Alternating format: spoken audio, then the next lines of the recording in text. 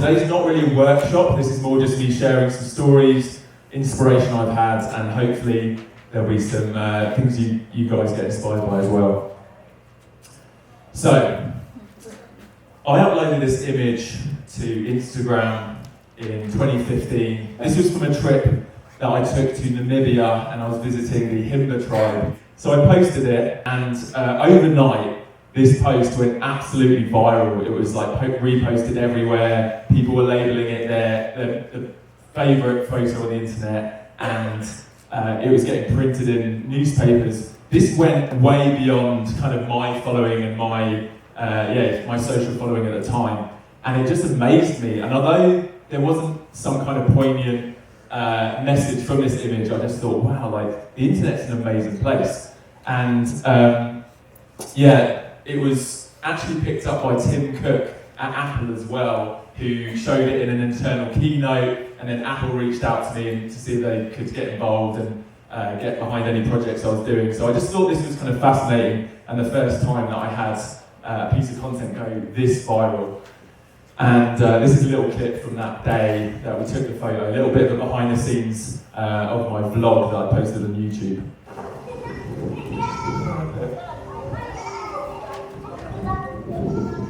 The whole family here, yeah! Right, so Louis thought it was a pretty good idea to bring an iPad along. I thought it'd be cool because it's like full screen selfies.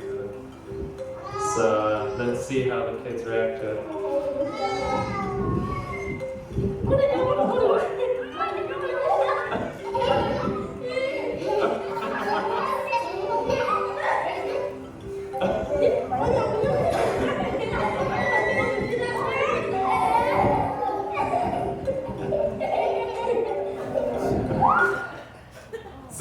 So that was a really special day for me, and we continued to stay on for the day and learn more about their culture, got to have dinner with them. It was just fascinating for me. And as you can see, you get a little bit of a different view from the video. So this is where, talking about visual storytelling, a lot of you might be photographers, a lot of people at this event might be photographers, but for me, I think I lean more towards the kind of videography and video storytelling, but also kind of love posting photos. So this was a really special day, and then my friend a few months later sent me this photo, this painting that he'd seen in an art gallery, and someone had literally painted a painting and adapted it, and I don't know what that bowl is that they're holding, but I just thought, wow, this is crazy that I guess this can inspire people, and people can recreate and want to do stuff with this image. So that really blew me away. I am now going to just share a little bit about who I am if you don't know. So I started creating videos on YouTube back in, I think, 2011 or 2012. So I've been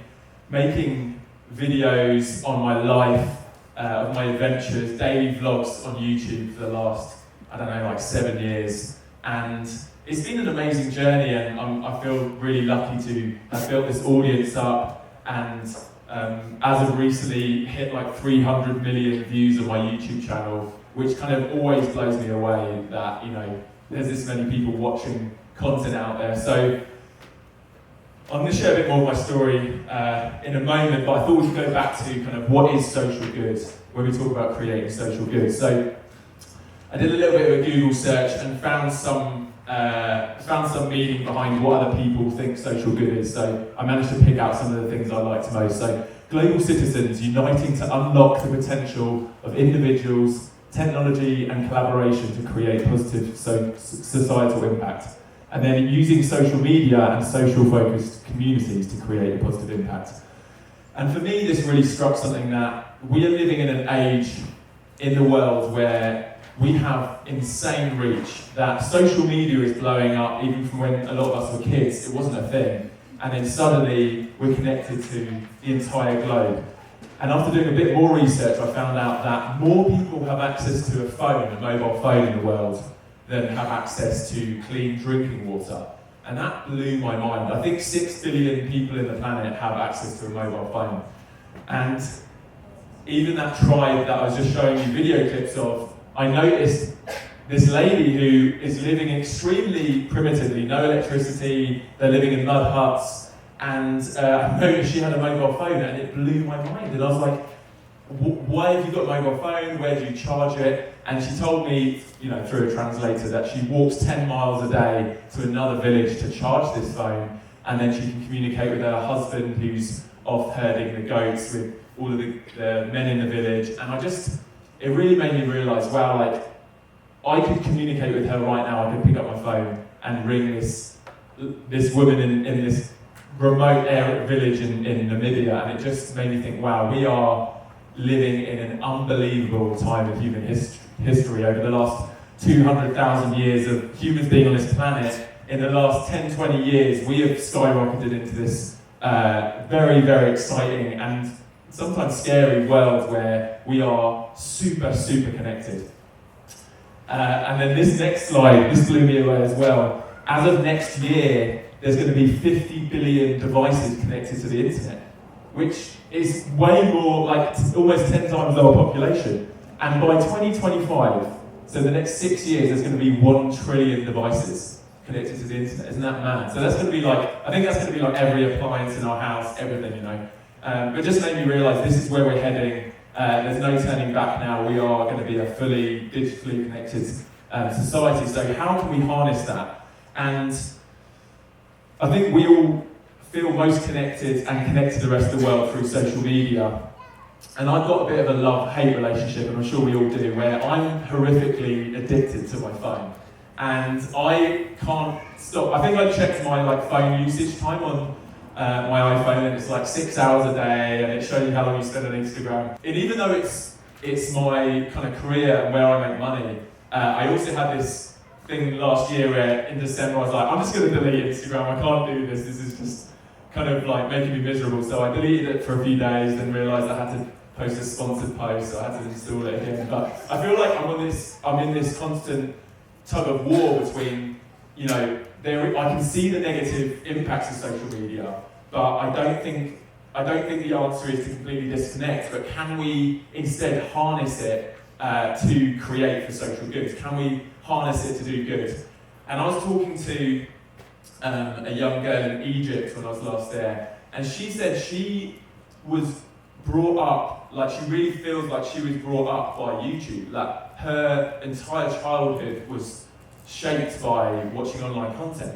And that really challenged me as somebody who uploads on YouTube all the time, that wow, like I'm having like much more of a deeper impact on people's lives, even if I'm just traveling, having fun. This is stuff that's really shaping what people's views are on the world.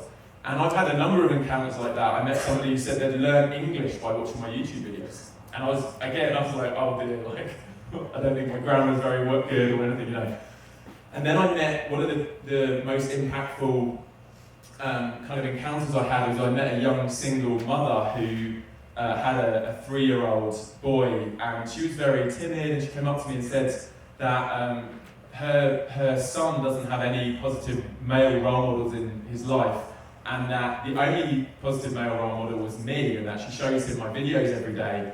And I just couldn't believe it. And then she said, oh, can you hold him? And she hands me her kid, and he's looking up at me, and I just didn't know what to do, because I was like, wow, this kid's clearly recognised me and identified me as, not a father figure, but I don't know, it was weird. And I was like, wow, like, this really, gives me this motivation to be the best person I can be online, to use my kind of platform to, hopefully inspire, show people how to live the best life or live their life to the fullest. And it kind of pushed me to realise, like, whether I like it or not, I'm a role model and I really want to live up to that. So, and I think we all can embrace that of, like, we can put positive things out there. Another thing I read was that what used to be called citizen journalism is now just social media. Everybody, we're talking about 6 billion people on the planet having a phone. This is where you're starting to see a lot more of behind the scenes of what's really happening in the world, not just what the mainstream media show us. So I think this is really exciting for me, that people can use their devices, whether they're capturing images, whether they're filming things, these can fly around the world, and within minutes or hours they can go viral, and people can see this stuff. So I think this is really good in terms of holding people accountable, sharing messages that aren't getting out there, that aren't worthy of the mainstream news. But this is a really exciting way that I think social media can be used for good. So I wrote down 4 points that really kind of stood out at me when I was looking at what inspires me and what motivates me to create for social good. So one is to tell a story, to create empathy, to connect with the person that's consuming what you're creating, and inspiring a bit of empathy, helping them connect to the story that you're sharing. Second is inspire human connection, and that kind of leads on from the empathy, is like from that empathy, how do we feel about these people around the world, whether it's the Himba tribe or other people groups, people that are oppressed, or people that are in war zones, things that we can't personally feel that we connect with from a relatability stance, but these can be people we can still connect with. And then thirdly, to challenge the norm, things that we don't believe in, things that we see are mainstream, saying no, actually we're not going to stand for that, and as a collective of people we can stand up and tell a story of hope. And then I just added this in as well, amplifying others' voices. So when you're out there and you're hearing other people's perspectives, for any of you that have any sort of audience, even if you have a small following, that's a lot more than a lot of people have. And I've found this time and again that I'm hearing these amazing stories that are far more inspirational than what I've experienced, and I can use my platform to share those stories. So I'm going to just go through some people that have inspired me through life in terms of their creations. And I'm going to start with Banksy, who a lot of you will know. For decades has been making controversial artwork around the world to challenge the norm and to inspire people to inspire conversation around these topics. So this is a piece of artwork he did on in the West Bank between Israel and Palestine. And although this is a physical, in-location piece of creation, graffiti artwork, this is obviously being shared millions of times around the world, which is the same with a lot of other stuff. So for those of you here or others at this event that aren't maybe doing photography or video stuff, but it's more physical artwork, for me this is the same. It's just as impactful because people are always going to share about that through social media. And then over the last couple of months, have been following this actress, Jamil, who has been doing a campaign on her Instagram against, this negative body image narrative that's going on, and has been going on for decades, especially around women. And she commented on this post, I think this is like the Kardashians, and it was about their value being in like how much they weigh. So she started this campaign called I Weigh, and she listed all of the things that she finds value in herself, not her weight, but lovely relationship, great friends, I laugh every day, I love my job. So she kind of listed this and said, no, this is what I find value in, not my weight. And this is really powerful for me, seeing a lot of the girls in my life and realising how damaging the media can be, and just everything we grow up in is super damaging, particularly I think for girls and their self-image. So this is really exciting to see someone standing up and saying, no, I'm not going to stand for this, and that she's being a disruptor, basically, saying, I want to make a difference. And thousands of people are now also kind of getting this and posting where I weigh, and then putting what they find value in themselves from. So this is really inspiring.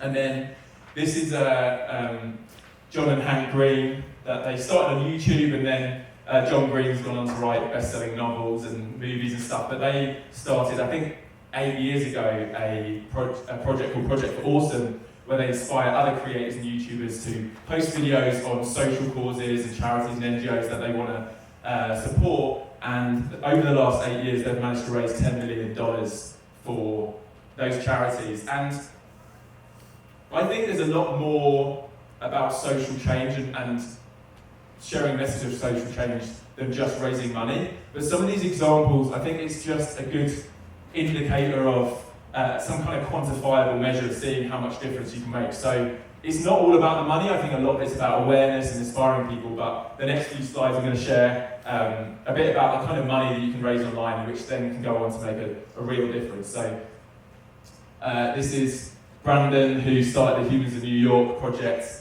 which was just on Instagram, and Facebook, I think, and initially just sharing portrait photos of people that he met around New York, and then putting a caption underneath of sharing a bit of their story.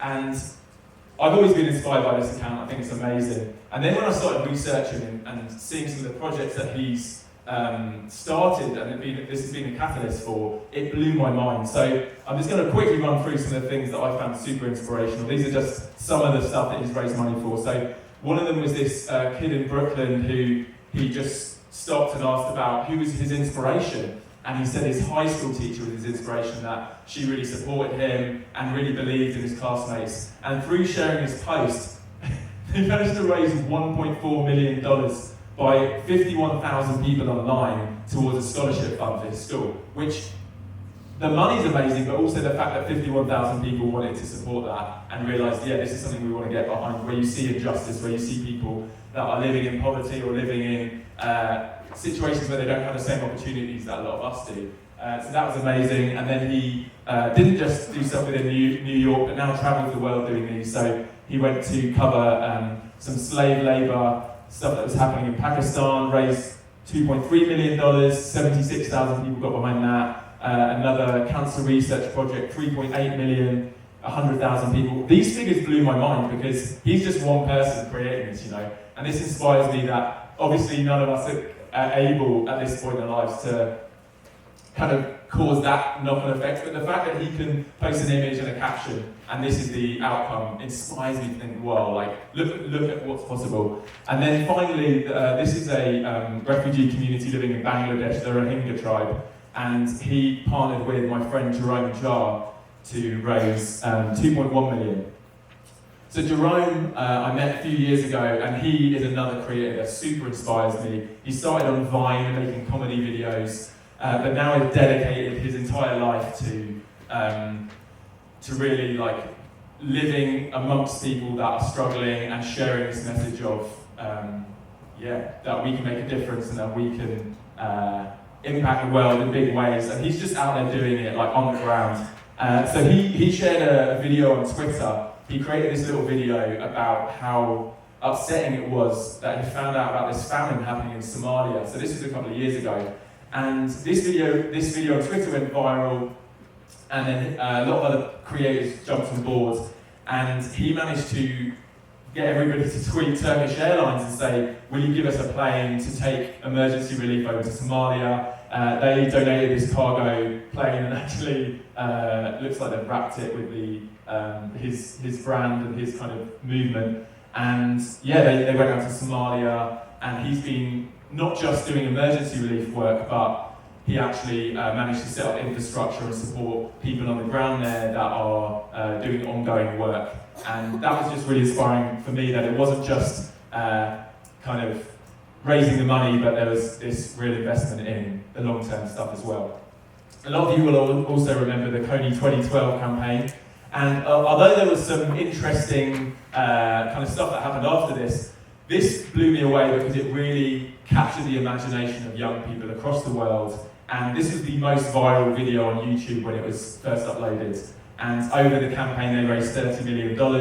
And a lot of that went to looking for solutions of how to hunt down Joseph Kony and the LRA, which is this army of rebels, and they were like taking in child soldiers. Now, I never really heard what happened after this campaign, but bumped into one of the founders of Invisible Children at the Mountain Film Festival in Telluride a couple of years ago, and I said to him, like, whatever happened with the Coney 2012 campaign? And he said, well, the media don't really report on it, but it was wildly successful. And although Joseph Kony was never captured, the LRA was dismantled, and almost, all the child soldiers were rescued, and it's basically the army's non-existent now, it's gone into hiding, but they said it was wildly successful, even though there's a lot of problems. One of the founders had a kind of mental breakdown and stuff. But regardless of all that, I found this really inspiring, that one piece of content can be put out there and inspire the imagination of millions of people.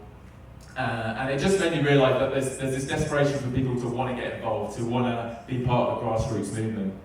And then I think one of the most impactful social media campaigns I've ever seen was the Ice Bucket Challenge. And what I loved about this was it was so creative, and the way that it's so replicatable that anybody can get their hands on a bucket of water and dunk it over their head. And 17 million people did. After watching these videos online, people wanted to participate and raise money for this illness that nobody had heard of, ALS. And they raised $140 million for ALS over that campaign time. And what I think is the most beautiful thing about this campaign is that I don't even know who started it. And I was trying to look online, someone said, oh, a random golfer started it. But this is a hope for all of us that no matter what our followings are, we don't need to have these millions of followers, that you could start something that could have the biggest impact in the world, and it's not limited to kind of having this big following. So I think this is really inspiring for me that literally nobody started this, and it had the biggest impact. So I want to go to now just talking about what personally motivates us to make a difference. Is it just watching other things and feeling like, oh, we should do something like that?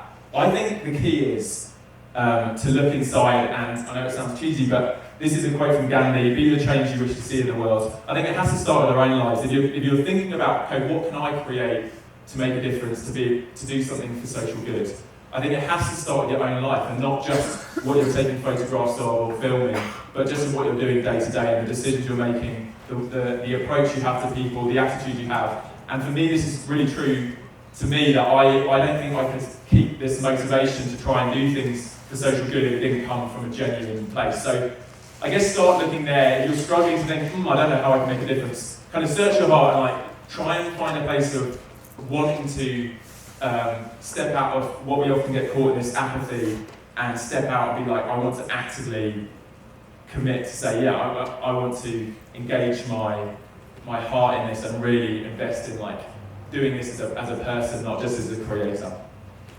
I'm going to go on to share now the single most impactful piece of thing that was created that I've seen on the internet for me personally, a personal journey, was a documentary called Cowspiracy. Now, a few years ago, I was an avid meat eater, every meal, just as much as I could eat, and then I randomly watched this documentary through a friend who suggested it, and I was kind of reluctant. I was like, yeah, I'll watch it. And I literally, within an hour or two of watching this, I was shell-shocked. It blew me away and really challenged my beliefs on how I can live more sustainably, more ethically, and better for my health. And kind of overnight, I switched to a plant-based diet. And obviously, this is my own personal journey. But the thing that was most powerful for me was thinking, whoa, I can't believe a documentary has had this bigger impact on my life. This is amazing. And it inspired me then, because I'd already been creating YouTube videos for a few years, it inspired me to want to make a documentary, or want to get into documentary filmmaking, because I just realised how powerful it can be. So that's kind of, that was a spark, a kind of flame that was ignited in me from watching that. I'm going to go rewind a little bit now and just talk about some of my childhood and what inspired me to kind of get creative and then drew me into the world of being a social influencer. This is an image of my bedroom when I was like a teenager, and this perfectly represents this kind of crazy approach I had to life, and I think I still do, of wanting to be as unique as possible. And I think that's what creativity really boils down to, is we all want to make stuff that's unique. To create something, to be truly creative, I think is, you can find inspiration, but it's not about copying people and copying things we've seen, but finding a place of authentic uniqueness. And I'd never seen anyone decorate their bedroom as a jungle, and I just had this idea, and it just popped into my head. I was like, I want to do it. My parents, luckily, are very relaxed, and they let me do this. But I think this kind of led on to a lot of other things I did in my life. When I was 19, or 18, I ended up getting a full-time job doing 3D animation, was sitting in an office for 2.5 years, and this is kind of my one taste of having a pretty normal life and a pretty normal job.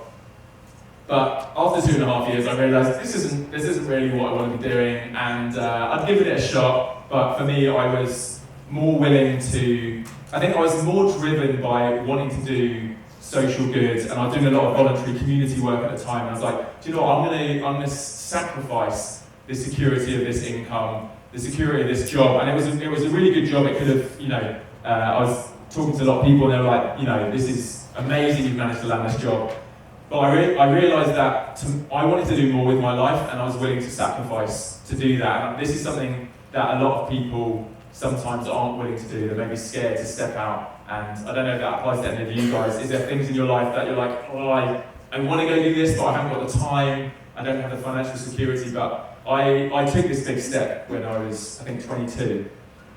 I got my first camera, started doing some freelance work, doing a little bit of photography, but mainly design work, and then freed up a lot of time to do community work. And the first time I really got really drawn in to a project was a charity in southwest London that take young people from London that are struggling in poor neighbourhoods, that are getting involved with gang lifestyle and coming out of prison, and taking them on trips out to Africa. So this guy on the right, his name's Bugsy, he's a drug dealer, he was in a gang in London, and we invited him to come out to Africa where we were doing feeding programmes for young people and building homes for orphans. And for the first time in his life, he suddenly was in a completely different position. It changed the power dynamic of him being like on the outcast of society to suddenly he has incredible value and these kids are looking up to him and he's making a difference in their life, and this shifts the whole mindset. So this is a brilliant program that I was privileged enough to be invited to come along to, and I've been doing stuff with this charity now for like 12 or 13 years on and off. I also had another crazy dream, going back to kind of my unique creative thinking, was that I could do a mobile youth project in London. So after years of dreaming about buying a double-decker bus, I finally, putting that dream out there, someone offered to donate some money to help me get it, and I spent a lot of time around different neighbourhoods in London working with young people, trying to inspire them to believe that there's more that they can do in life than the bubble that they kind of grew up in. So I had a music studio on there. It was a space just to spend time and have conversations around their lives and what they're doing. This young guy on the right, Michelle, I ended up using some of my 3D animation and kind of graphics training to make a music video for him. It took me like a month to make, so it probably wasn't the best use of my time. But at that time, I was really focused on young people and being a mentor to those young people and trying to support them as best I could. But there was a limitation. There was this limitation of I can only invest a certain amount of my own time and effort and help a limited amount of people on that scale. So it's kind of a micro perspective of how can I make a difference. Then I fell into the world of becoming a YouTuber. And suddenly I realised, whoa, although I can't be a personal mentor to thousands of people or hundreds of thousands of people, I can spread a message and have this broader impact. So it switched seasons for me of going from being more of a mentor and helping people on a micro level to, okay, I can have a bit of a more of a macro impact here. Now, I'll briefly just say how I got into YouTube was really bizarre. I was actually, it was nothing to do with what I'm about, but it was doing these really sensational eating stunts. This is obviously before I went vegan. I was like eating tarantulas and stuff. It was kind of crazy. But this, for me, it again shows that it doesn't always, sometimes you stumble into these amazing directions in your life. These doors open and they lead you to incredible places. So quite soon after starting this channel, I realised I don't really want to be that guy and do these sensational things. But it opened my eyes to this YouTube platform and realised, whoa, there's loads of people making amazing content out there, and maybe I can do something a bit more meaningful with an actual message. So I started connecting with other YouTubers, and at the end of 2013, I travelled across India, which I forgot to say that travel had been a big passion of mine growing up as well. So two of my friends, Jack and Finn, who were really big YouTubers back then, there's some twins from the UK that are doing great activist work now as well. But we travelled across India, having the adventure of a lifetime, and this series got millions of views online, and yeah, we did it to raise some money for Teenage Cancer Trust. We raised $177,000 as a group, and even more so, I think it really inspired people to go out there and live this adventure. You don't need to be doing this kind of somber humanitarian work where you're kind of reporting on poverty, and I think that's important, but we were living literally, the videos were, and you should check them out at some point, but they were like amazing. They're called the Ritual Run, and it was like the best adventure. Everybody was, oh my gosh, this is an incredible adventure. So for me, that leads on to, I guess, my motto that I was saying my YouTube channel at the time and ending my videos was peace out, enjoy life,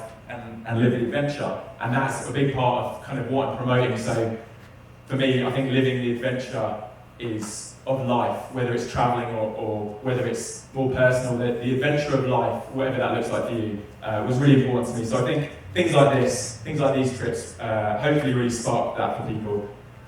Then I had the opportunity, I met a homeless guy that reached out to me through my YouTube channel, spent the night on the street with him and filmed a bit about his life, and going back to being able to share other people's stories, I managed to just share a bit of his story with my audience. And he had his van repossessed, like taken in, and he couldn't get it back, and he was basically living on the street. So we made a little campaign, like a GoFundMe campaign, and I raised $15,000 for him to buy a van, and he started creating his own YouTube videos and looked at ways to kind of sustain. I think he even rented out his van on Airbnb for some surfers to come and stay with him. So I really loved his kind of his attitude to how to kind of help himself as well. So it was really good to go behind that. And then last night I heard a bit of the talk that was happening about selling out and working with brands. And this is a really cool story. So a wine company reached out to me and paid me to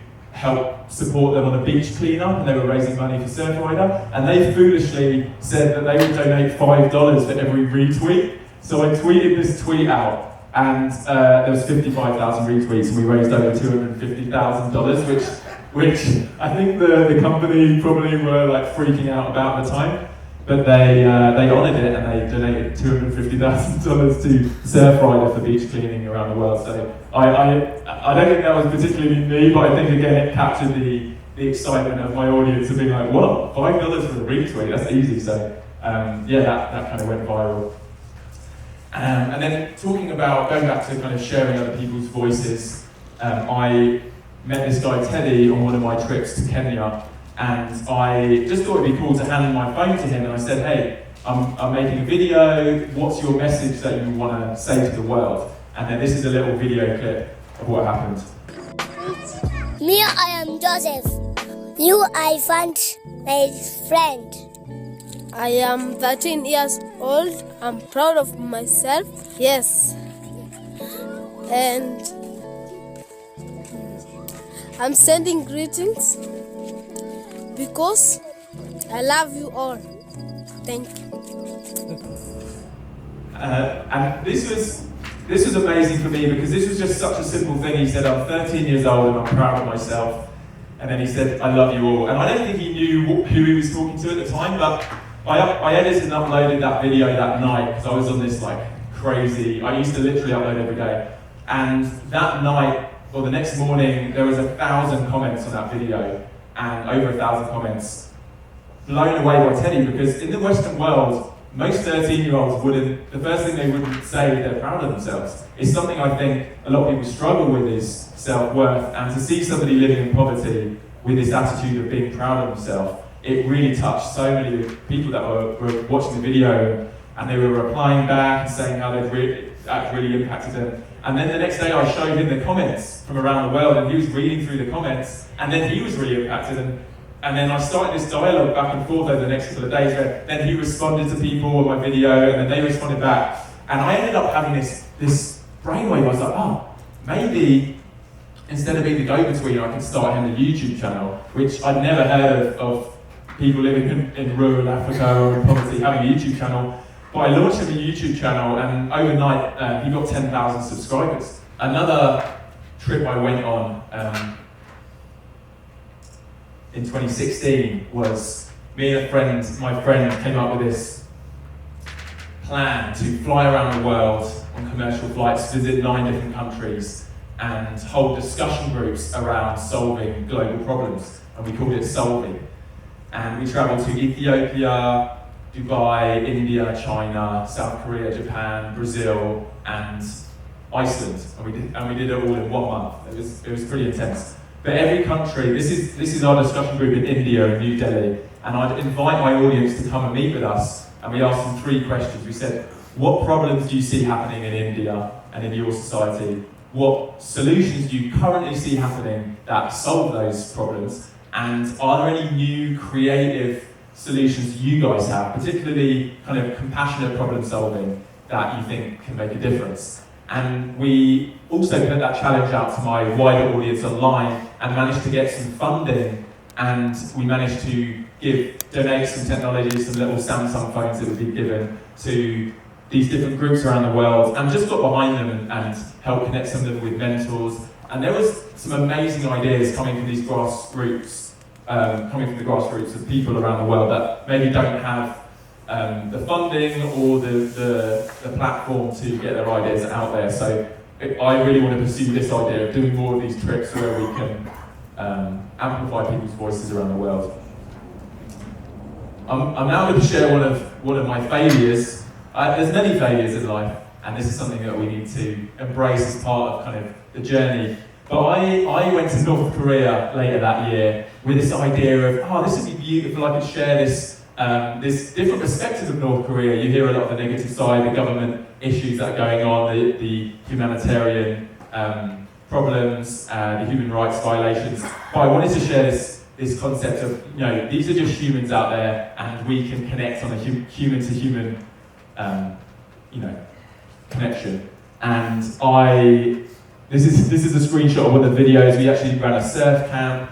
I made a lot of friends in North Korea, and I filmed the whole adventure on YouTube. But when I got back, there was huge backlash, claiming that it was a propaganda video. A lot of people didn't feel it was tasteful, and I didn't frame it correctly. And I for weeks had insane backlash. The media went berserk and crucified me, and I learned a lot from that about, okay, I need to be a bit more thoughtful about how I tackle issues like this. And although I think my heart was in the right place, my intentions were right, this didn't turn out too well. So this is one of the things I learned from. Then I got an opportunity to go out to Somalia to go back to the project that Jerome Jar started with the Love Army. And for me, this was really exciting because where his initial anger was around the fact that the media weren't reporting on this famine. So he tweeted out, for each news outlet ignoring the famine, one YouTuber will fly to Somalia. And I got to go out there and report on this emergency aid that was going on, but also got to meet some amazing people on the ground and some of the initiatives that they were running, not just short-term emergency aid, but also implementing amazing loan programs where they were doing microfinancing, supporting mainly women in the communities in Somalia that were setting up their own businesses and then becoming self-sustained. So they were empowering people on the ground, and that, for me, that I actually found more exciting than the short-term relief that we were bringing in food. But actually, there were these amazing microloan kind of programs going on, and I managed to make content around that and interviewed a lady who was tie-dyeing clothes and teaching people how to do henna tattoos, and she was making money from it that would support her family, and she was then employing other young girls in the village. So these are ways that I think we can also support, not just fundraising for one-off things, but looking at more creative ways that we can help sustain some of these communities around the world that are struggling, and it was amazing to be a part of that. The next big project that I embarked on, and this was in 2017, the end of 2017, was I hadn't let go of this dream of creating a documentary. And I believed that with all the negative stuff happening in the media at the moment around division, the political situations in the UK with Brexit and Trump being elected, and a lot of this rhetoric around kind of closing borders, build the walls, there's this fear-mongering in the media as well around kind of disconnecting us as humanity. So I felt this urgency to, I want to go and tell a story of hope, and that we are all connected, and that we do share this common humanity, and that we can celebrate diversity around the world. And I wanted to go on another around the world trip, but this time I teamed up with my friend JP, who's a pilot, and we had this crazy idea to do this in a small Cessna 210, which wasn't at all built for flying around the world. I'm going to show you a very rough trailer. This is the first version of the trailer. It's only 2 minutes for this documentary that we're in the final stages of making. So yeah, check this out. Flying around the world, it's been a dream of mine since I was a kid. The challenge is immense. These little planes weren't built for this.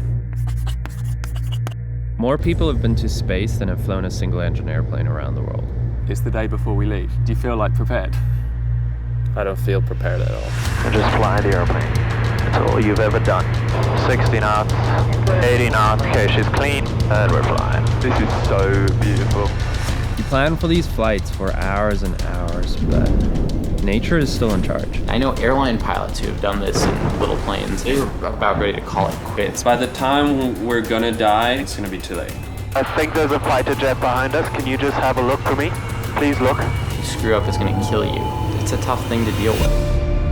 Flying around the world like this, we knew we had an opportunity. Europe's migrant crisis is getting worse by the day. Migrant crisis spiraling out of control. I wasn't raised to believe we were as divided as the media makes out. We could see people almost getting drowned at 5 meters from the seashore. Islamophobia is caused by the media. How can you judge a place if you have never been there before? It makes me sad that people who see a Muslim who think terrorist. We wanted to show how connected we all are. We wanted to ask, what if we're not as divided as we think?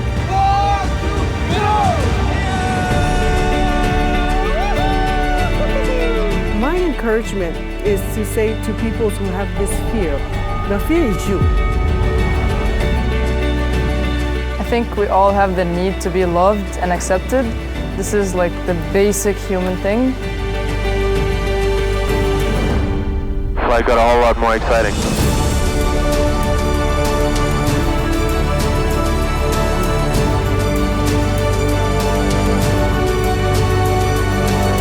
طول عمرنا عايشين سوا. احنا كنا وهنفضل في ده مع بعض. हम सब इसमें हमेशा से साथ हैं.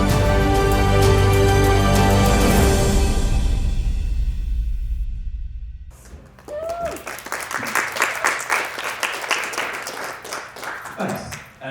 Yeah, so this is one of the most exciting things I've created. I also at this point wanted to thank Sony because they loaned me a lot of the equipment that I needed. I actually shot almost everything on that trip myself, and it was great to actually have the cameras to be able to do that. So Sony are the ones that have brought me out here today to kind of share at this event.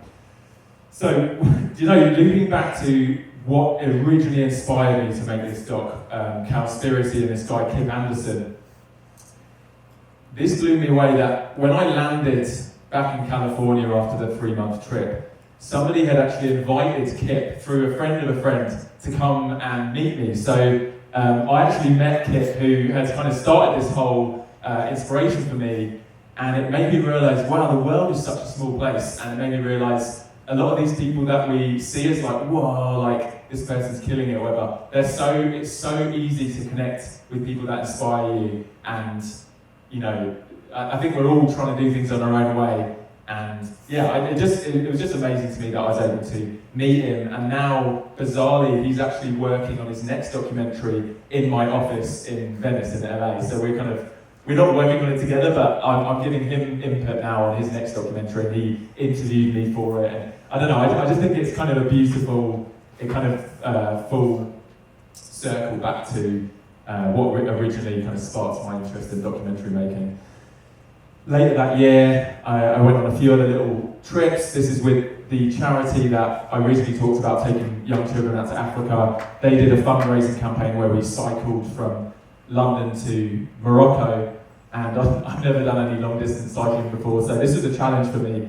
And again, for me, this is how you can wrap a lot of these social good stories and what you're trying to share in the message. It doesn't need to be this isolated story. It can be wrapped in adventure and fun and reality. For a lot of people who aren't going to give up their whole life and go and do kind of war photography or go and, you know, serve full time in the front lines, you know, in some of these countries. But this, for me, is ways that anyone can get involved with fundraising, that you can just kind of incorporate this attitude of social good and wanting to give back and make a difference into your everyday life and adventures. And then finally, this is a young kid called Ali, who I managed to, after doing the documentary and getting to visit refugee camps in Greece and speak to Syrian refugees in Germany, was really, it put kind of the refugee crisis on my heart. And later YouTube funded some creators, which they started a program called Creators for Change, and funded some creators to make some content around social good projects. And I really wanted to highlight some of the amazing stories that refugees have to share but don't necessarily have the platform to share. So this kid Ali, he reached out to me. He was one of my, he watched my videos. I went out to Germany to meet him, and just really briefly, again, this video is on my channel, but really briefly, his story is that his family fled Afghanistan when he was young, that his whole village was killed in a bomb attack, and he fled to Iran. And in Iran, he was an illegal refugee, and then ended up spending his entire childhood working in a carpet factory for 12 hours a day, 7 days a week, didn't go to school. It was just horrific child labour. And eventually, at the age of 15, decided he wanted to flee to Europe, and he'd heard some of his friends had managed to do it. So, against his family's wishes, he ran away in the middle of the night and managed to walk across the mountain range from Iran into Turkey. And after a long, arduous, horrific journey, he ended up in Germany. He'd already taught himself some basic English through reading books, but arrived in Germany with no understanding of the German language, but was so dedicated to starting a new life that within 3 months he'd learned fluent German, which blew my mind because I embarrassingly can't speak another language, and I've tried so hard. So he started this new life and was adamant that coming from a place of absolute poverty, no money, was wanting to make a life for himself with his driven determination to do that. And he also had this dream, which as a refugee in Iran working in a carpet factory seems ridiculous, but he always wanted to be a pilot. And when he got to Germany, he shared this dream with his German teacher and said, I want to be a pilot, that's always been my dream. And his German teacher paid for his first pilot lessons, and he's now training to become a pilot. And this is within 2 years of going from being a refugee, with absolute no hope, to building this entire new life for himself and really striving. So I wanted to share his story, and it's really emotional. I don't know if I did it justice just then, but I shared a story on my YouTube channel, and it just made me realise, wow, we can really be this in-between to kind of get people's stories out there.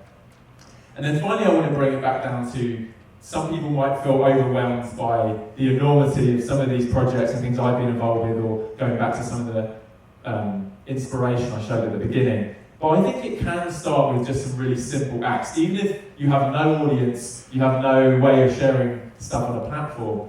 I was at an event in LA in Skid Row, which is the highest population of homeless people in America. And this homeless guy, I actually can't remember his name, but he came up to me and said, oh, can you take my photo? He noticed I had my camera on me. Can you take my photo because I don't have any photos of myself? And can you email it to me? And I was like, yeah, man. Took the photo, emailed it. But it really stuck in my mind, wow, he doesn't have any photos of himself. And I think this is something we take for granted, being millennials or whatever, that we are snapping photos all day long. I've probably got 1 million photos of myself. But some people are out there, just simple things that can leave such an impact in their life, like getting a portrait done. And this isn't really important, this was just a quick photo I took, but I was then talking to my friend about this, and he said, oh yeah, there's this organisation that their whole thing is photographers offering their services to take portraits of people that don't have that opportunity, have never had the opportunity to have portraits done. So I found this website, I don't know much about them, but it just really made me think, wow, if you're a photographer and you're wanting to even do small things to start making a difference, this is something you can get involved with, to go and take portraits, volunteer to take portraits of people that really impact those individuals' lives. One thing that I think is really important, because a lot of this story has been from my perspective, what makes me tick, what I'm passionate about, what brings me alive. But for some of you sitting out there, you might be thinking, okay, those things about travelling the world, going around the world on a tiny plane, that's not really what you want to be doing. So maybe a lot of you are out there thinking, okay, this is my passion, I'm actually passionate about landscape photography, or you make sculptures or whatever it is, or you're musicians or whatever. There may be other fields that make you excited. So I really love this concept that, and I'll read this quote out, don't ask what the world needs, ask what makes you come alive and go do it. Because what the world needs is people who have come alive. And I think this is really poignant for me, that we don't need to worry about trying to do something that's seen as making a difference, or that we think, oh, we should do this. I think really you need to tap into what you're genuinely passionate about, and that passion is contagious. So you being around there doing stuff that you might not even immediately think, oh, this is going to make a positive impact, just you doing that passionately, whether you're passionate about sewing and making small designs or whatever it is, that you might not see an immediate connection with making a bigger scale social impact. Just you being alive and being the best version of who you are and being passionate about your own kind of creative energy, like that is what impacts people around you. That is actually what makes a difference, that people will go away from spending time with you and being around you, inspired to follow their passions. And that can be fully contagious. So I'd say whatever it is, even if it doesn't make sense to you, go do it, go follow your own passion. And then finally, I'll just share what my kind of next passion is, the next goals I have in my life.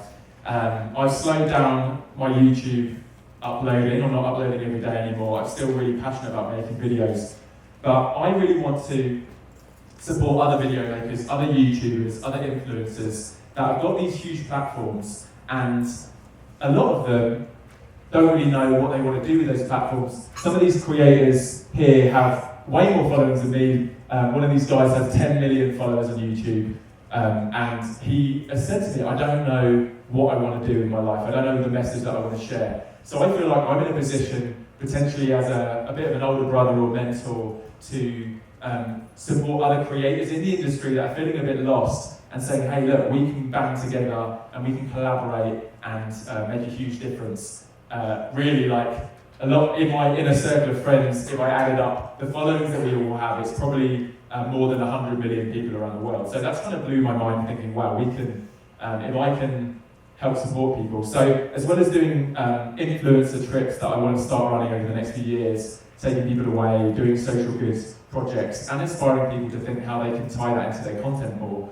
I also really love events like this, where you can meet with other creators from different fields, different levels of followings. And I've run 2 similar events, a little bit smaller, one in the UK, it was a Live the Adventure kind of travel summit, and then one as we landed the plane after the world flight, we did one in California. This is also my school bus, which is a whole other story. But anyway, for me, being at a place like this, an event like this, where you can connect with people that you didn't know before you came in, I think this is what's so exciting. So before I wrap up, I just thought maybe for 5 minutes, I'm going to stop talking, and maybe you could find someone that you don't know in the room, and just very quickly, 5 minutes, just share something that you're passionate about, something that you're excited about creating, and then see if there's anyone that connects, that can collaborate together. So I'm going to give you 5 minutes, and then I'll wrap up.